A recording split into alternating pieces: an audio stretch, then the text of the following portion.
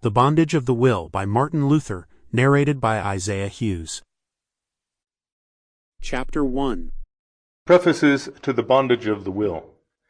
De Servo Arbitrio, on the Enslaved Will, or The Bondage of the Will, by Martin Luther, translated by Henry Cole. Preface by Henry Atherton, minister of Grove Chapel, Camberwell, S.E., and General Secretary of the Sovereign Grace Union. This excellent work of that eminent servant of God, Martin Luther, one of the noble Reformers, is acknowledged to be one of the greatest, if not the greatest, of Luther's productions. Luther himself considered it his best publication. I had purposed writing a short account of each of the opponents, Erasmus and Luther, who come before us in the book, and of the controversy. But from lack of time, owing to many calls, and wishing to get the volume into the hands of lovers of Luther as soon as possible, I had to forego this privilege. I believe I have succeeded in producing the best English edition of this masterpiece of Luther that has been published. Cole's translation has been used with slight alterations from Vaughan. My task has been a difficult one, especially as I am ignorant of the German language.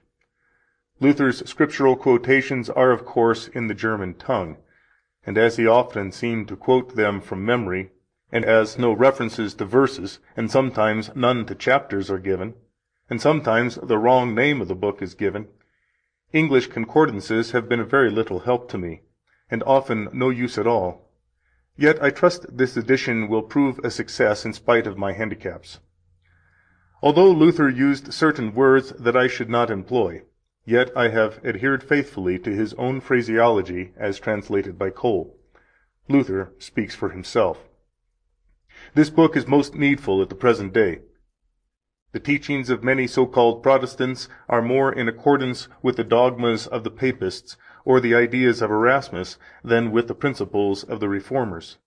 They are more in harmony with the canons and decrees of the Council of Trent than with many Protestant or Reformed confessions of faith.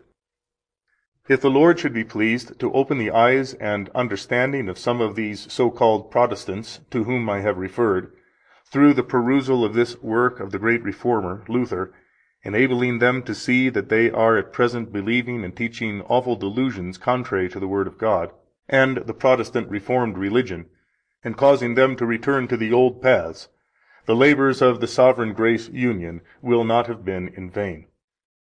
The labor involved in the preparation of this work for publication in its present form has been enjoyable, although it has often been carried out in much pain, and sometimes during sleepless nights. Sample complete. Ready to continue?